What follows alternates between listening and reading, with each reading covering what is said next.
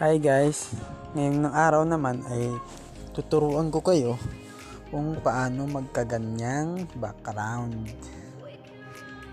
Yan. So, panoorin nyo lang tong video na to guys hanggang sa matapos para maklaro nyo kung ano ang gagawin. Paano kayo magkaroon ng ganyang background sa cellphone nyo.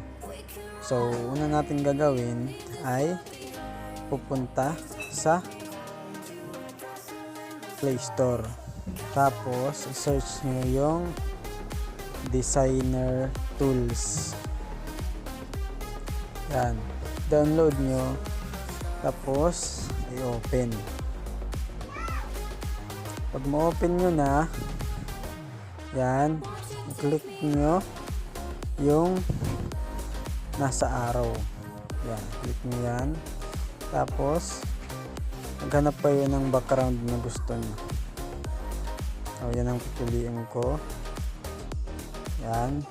Tapos, i-click nyo lang yung nasa taas. Yan.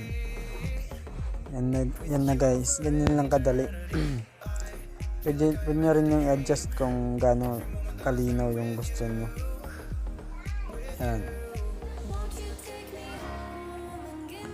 So, tatry natin siya dun sa mga apps. Sa Messenger, tatry natin sa Messenger. Yan. Yan yung lalabas sa Messenger. So, maganda siyang tignan guys. Pati sa Facebook. Yan. So, yan lang guys. Yan lang kadali. Pwede nyo rin tanggalin kung gusto nyo namang kung gusto nyo tanggalin, pwede nyo i-click ulit yung Designer, tapos click Designer Tools, tapos i-click nyo lang ulit yung nasa taas para tanggalin.